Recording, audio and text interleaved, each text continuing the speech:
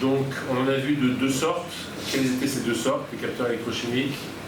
Les capteurs faradiques. Faradiques, et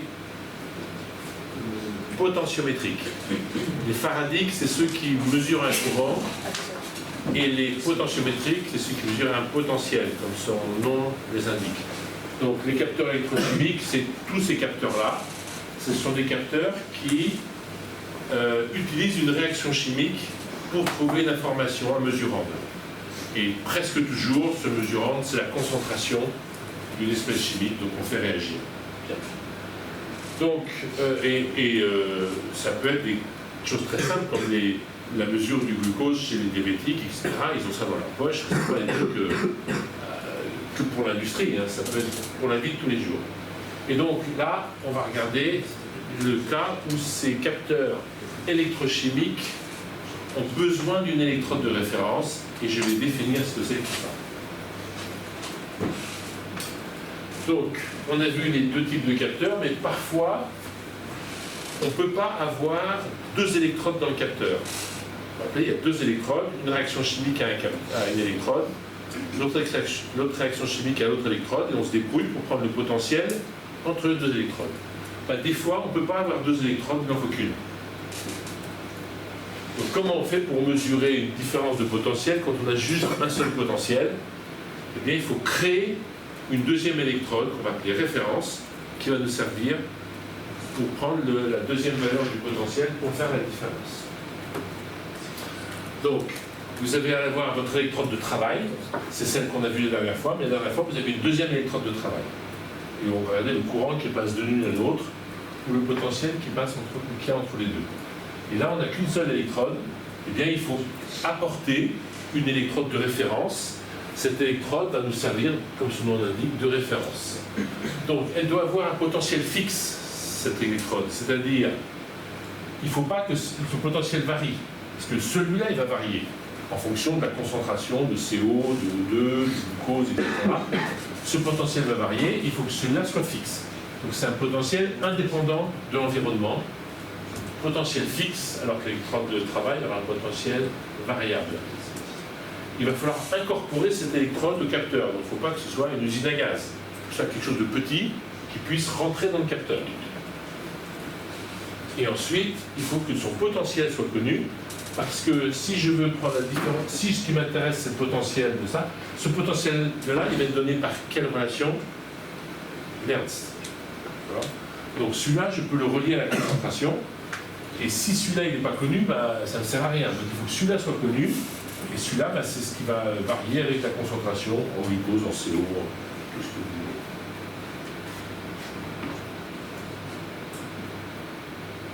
voulez. Donc, la différence de potentiel qu'on va mesurer entre les deux électrodes, c'est égal à le potentiel de l'électrode de travail, qui est donné par Nernst, par l'expérience, moins le potentiel de l'électrode de référence qui est connu, par exemple 0,24 volts.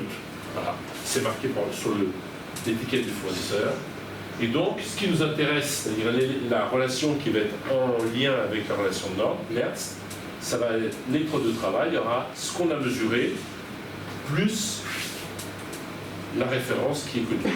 Voilà. Donc on peut le faire soit de façon algébrique, soit de façon graphique. Voilà, ça c'est le potentiel qui varie. Celui-là il est fixe, et donc pour avoir ça, il nous faut avoir la différence des deux, et ça. Ça c'est la base du travail avec une électrode de référence.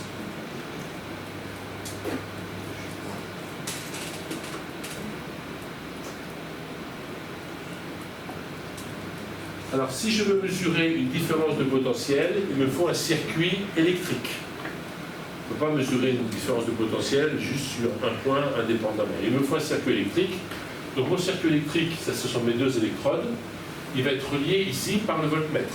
C'est ce qui va mesurer ma différence de potentiel. Mais il faut fermer le circuit électrique, c'est-à-dire pouvoir fermer ici avec quelque chose. Ce quelque chose, eh bien, ça va être à l'intérieur de la solution où il y a les concentrations que l'on cherche à mesurer. Et donc ce pont ici entre les deux, ça s'appelle un pont ionique, parce qu'il faut que le courant puisse circuler, et les ions peuvent circuler et les ions peuvent circuler quand il y a une différence de potentiel. Donc il nous faut fermer le circuit et donc avoir un pont ionique. Voilà. Donc un exemple d'électrode de référence. Voilà une électrode de référence qu'on utilise en chimie, et ça peut être miniaturisé dans un capteur. Ça, c'est un autre type d'électrode de référence. Celle-là s'appelle l'électrode calomel. Celle-là s'appelle l'électrode AgCl. Voilà. Donc, qu'est-ce que c'est que cette pièce? Eh bien, ce fil rouge, ce truc rouge, c'est un fil électrique, c'est la gaine du fil électrique. Donc ça, c'est simplement pour relier au voltmètre. Ensuite, vous devez avoir, puisque c'est une électrode, un couple. Donc deux espèces chimiques. L'une, c'est le mercure, c'est un liquide, c'est une petite goutte de liquide qui est là. On la voit pas bien sur cette photo, mais ici, une petite goutte de mercure. Le calomel, c'est une autre espèce chimique, de formule Hg2Cl2. Ça, c'est le calomel qui est là. Et puis, ils sont un petit peu mélangés. Donc, ça, c'est blanc. Le mercure Hg, c'est un liquide gris métal. Et bien, on va voir il va y avoir un petit mélange de ces deux-là, et puis on verra du blanc, du gris, puis quelque chose de mélangé entre les deux. Ici, on a des petits cristaux, on ne voit pas, mais c'est des petits solides, c'est du sel, pour que l'eau, ici, le liquide, soit salé. Pour que, justement, il conduise le courant électrique. Et ça, c'est du verre frité, c'est-à-dire c'est une sorte de passoire au trou extrêmement petit pour qu'il y ait un écoulement qui soit de genre une goutte tous les 10 jours. Il ne faut pas que l'électrode se vide. Mais il faut que les ions puissent quand même circuler pour fermer notre courant électrique. Et donc, si je fais mon schéma, je vais avoir mon électrode de travail, ici le voltmètre, ici le fil rouge qui est là, qui va toucher le mercure, Hg, qui va toucher le calomel, Hg2Cl2, qui va être dans de l'eau salée, c'est du sel, c'est pas NaCl, c'est KCl, et il va y avoir ici la petite passoire, le petit frité. Tout ça, ça va être dans une même solution, dans laquelle il y a des ions. C'est bien que le courant électrique, il peut circuler ici sous forme d'électrons, et à partir de là, il circule sous forme d'ions. Donc là, ce sont des électrons qui circulent, comme dans tout circuit électrique, tous les électrons. Par contre, dès que vous êtes dans la chimie, les électrons ils ne circulent plus, ce sont les ions qui circulent. Et donc vous avez un système électrochimique qui permet la mesure d'une différence de potentiel. Le potentiel étant connu ici, ceci étant mesuré, on en déduit ça, ceci est en lien avec Hertz, on en déduit mesurande. Et voilà comment toute l'histoire des électrodes de référence. Donc ici, c'est un peu la même chose. On a un petit fil d'argent qui est relié avec un fil d'électricité parce que c'est moins cher au voltmètre. Ici, on a un petit peu de chlorure d'argent. Voilà. Et puis là, vous avez une solution aqueuse dans laquelle il y a des ions. Et puis ici, vous avez un petit frité pour faire passer les électrons. Toutes les électrodes de référence sont faites de la même façon. Un fil électrique, un couple et de l'eau salée, le sel étant dépendant de chaque électrode. Donc l'électrode, on l'appelle l'électrode au calomel saturé. Je ne dirais pas spécifiquement pourquoi saturé. Qu'est-ce qui est saturé? Enfin, ce qui est saturé, c'est le sel. On sature en sel pour avoir une bonne conduction et pour d'autres intérêts que je ne développe pas.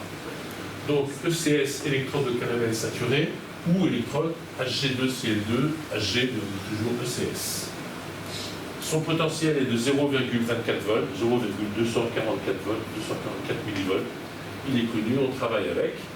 La demi-équation, donc calomel, mercure. Ici, je constate que il y a deux mercures. Ah, il manque un 2 là, on va le mettre tout de suite. Il manque un 2.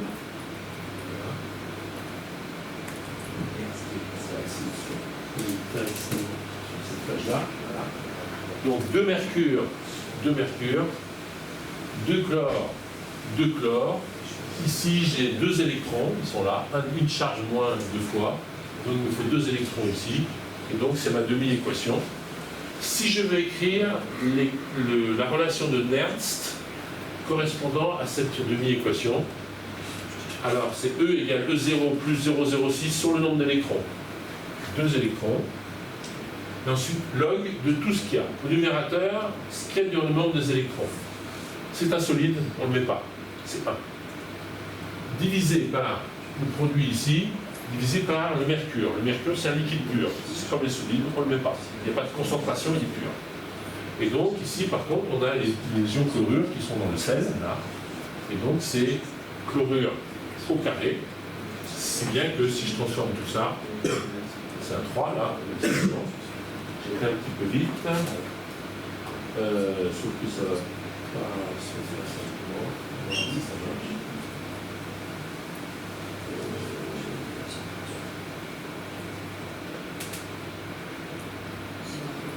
Voilà. Ah non, non, non, non, il n'y a pas de 3. Je me rappelle. Pourquoi il n'y avait pas de 3? Parce que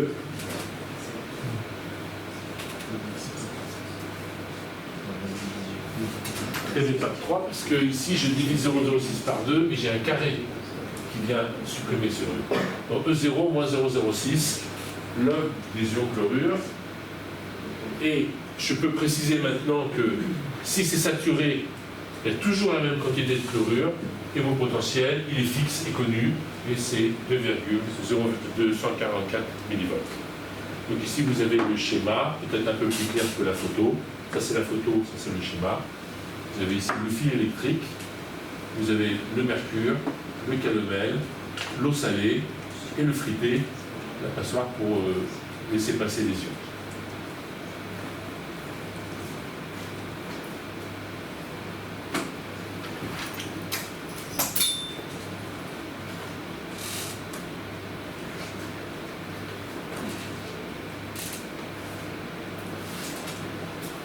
Donc, la même chose en schéma, vous pouvez regarder, vous détaillez un peu plus d'informations, Miguel isolant, la fonction, etc. Mais c'est strictement le même dessin représenté différemment. Donc, supposons qu'on veuille faire un capteur qui mesure la concentration en ion cuivre CU2+, qu'il y a dans une solution, qu'il y a dans une confiture, qu'il y a dans une production de ce que vous voulez, de bouillie bordelaise, tout ça. Eh bien, il vous faut votre électrode qui est simplement une lame de cuivre, un fil de cuivre, n'importe quoi en cuivre, que vous trempez là-dedans. Pourquoi?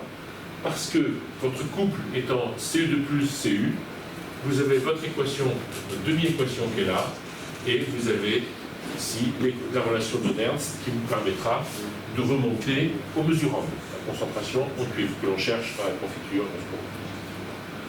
Ici, vous avez votre ECS, donc je ne détaille plus, mais son potentiel c'est 0,244.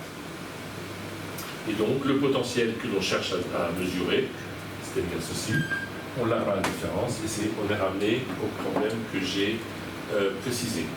Et ici, le circuit électrique il est fermé où? Il est fermé pour les électrons ici, et à partir de là, pour les ions ici. Donc le circuit électrique est fermé, et je peux effectivement faire une mesure de potentiel.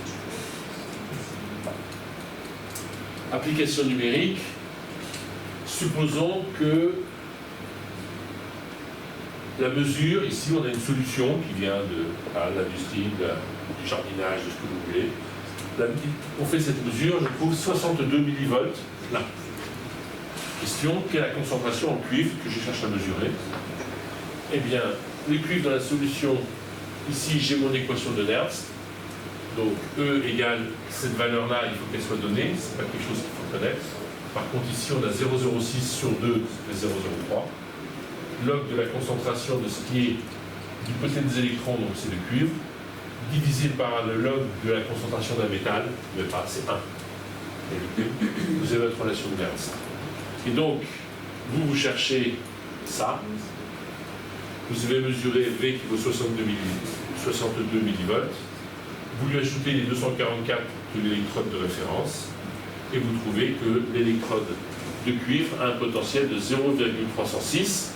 Et après, vous en déduisez. Ça vaut 0,306, ça vaut 0,34. Et donc, vous en déduisez du cuivre ici. Log de CU2+, c'est 0,306 moins 0,34 sur 0,03. Et vous trouvez du cuivre. Vous avez la valeur en mol par litre. Les concentrations dans l'équation de Nernst sont toujours en mol par litre. Voilà donc comment est-ce qu'on applique la chose. Donc si je devais poser cet exercice en test, je vous donnerais quoi? Je vous donnerais éventuellement ça, ou ça, suivant mon humeur, et puis je vous donnerai le potentiel, et puis il faut remonter, faire le petit calcul, c'est-à-dire faire l'addition, le potentiel de la référence, et prendre le 10 puissance. Vous savez, est-ce que vous savez faire ça? Il me semble que c'est à votre niveau, mais peut-être certains ne s'en souviennent plus. Si vous avez log de x est égal à une certaine valeur, par exemple 0,2, à quoi est égal à x? Vous savez faire ça ou c'est pas toujours? X est égal à 10 puissance. C'est un log décimal. C'est pas ln. Alors, là, tu as répondu à la question. ln de x égale 0,2. Donc x égale exponentielle de 0,2. Si c'est un log décimal, sur la calculette, c'est pas la même touche, regarde. X est égal à 10 puissance 0,2. Et comme c'est une concentration, on le parle. Voilà, ça, il faut savoir faire, c'est ne faut pas faire des études scientifiques ou techniques sans convertir des logarithmes.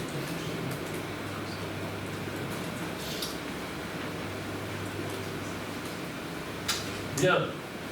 Si maintenant je veux mesurer, je fais un capteur qui mesure la concentration en ion argent. Supposez une fonderie qui travaille avec des métaux précieux, vous avez des solutions avec de l'argent, et on veut savoir parce qu'on n'est pas en train de perdre trop d'argent, parce qu'on va l'éliminer, etc. Eh bien, c'est la même chose que précédemment. On a la solution dans laquelle on veut mettre notre capteur. Notre capteur, on va faire un couple avec les ions argent. Mais ici, on va mettre quoi? On va mettre un métal argent. On utilise une lame d'argent, ou un fil d'argent, ou une cuillère d'argent de votre grand-mère. Voilà. Et puis ici, vous avez votre électrode de calomel saturé, et vous avez ici un circuit électrique qui est fermé par les ions. Et donc, la demi-équation pour le couple ici, c'est Ag+, plus un électron donne Ag. Ça, vous commencez maintenant à avoir compris. Ici, c'est E de Ag, petite erreur, changer ici. C'est E de Ag égale ceci, donc E de Ag égale ceci, et E de Ag égale ça.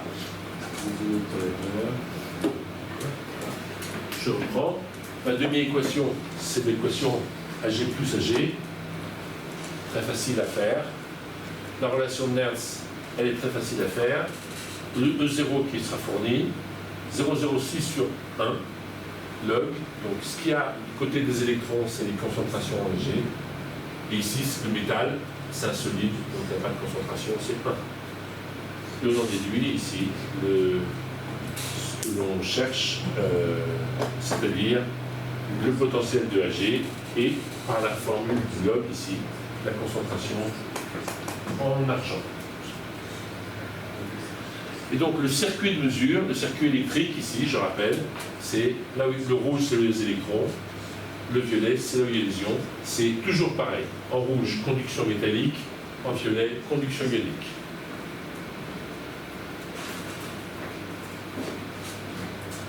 Bien, si maintenant je prends une autre électrode de référence, j'ai parlé tout à l'heure de l'électrode au calomel, saturée ou pas, et là maintenant je parle de l'électrode d'argent, donc on l'a vu, donc je vous rappelle, il y a un fil d'argent, il y a un petit peu de HCl, et puis une solution qui contient des ions, c'est la solution de KCl, et le RFT c'est notre passoire pour laisser passer très très lentement les ions.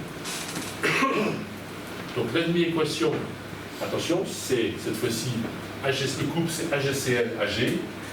Donc est-ce qu'elle est équilibrée? Ag, j'en ai un de chaque côté. Chlore, j'en ai un de chaque côté. J'ai une charge, j'ai une charge. Donc une équation est bien écrite. La relation de Nernst, E égale E0, ici c'est 0,222, plus 0,06, c'est quoi 0,06? C'est 0,06 sur 1. Logarithme de quoi? Alors, du côté des électrons, j'ai qu'un solide, donc c'est 1 au numérateur. Et ici, j'ai un solide, donc c'est 1, je ne mets pas. J'ai la concentration dans le chlorure qu'un. Et donc, je trouve mon équation de Nernst comme ceci. Donc, l'électrode est plus simple à construire que l'électrode que le CS. Et elle n'utilise pas le mercure, qui est un composé toxique, qu'on évite toujours d'utiliser. Donc, de plus en plus, on remplace les électrodes de calomel par des électrodes d'argent. Et le principe reste le même.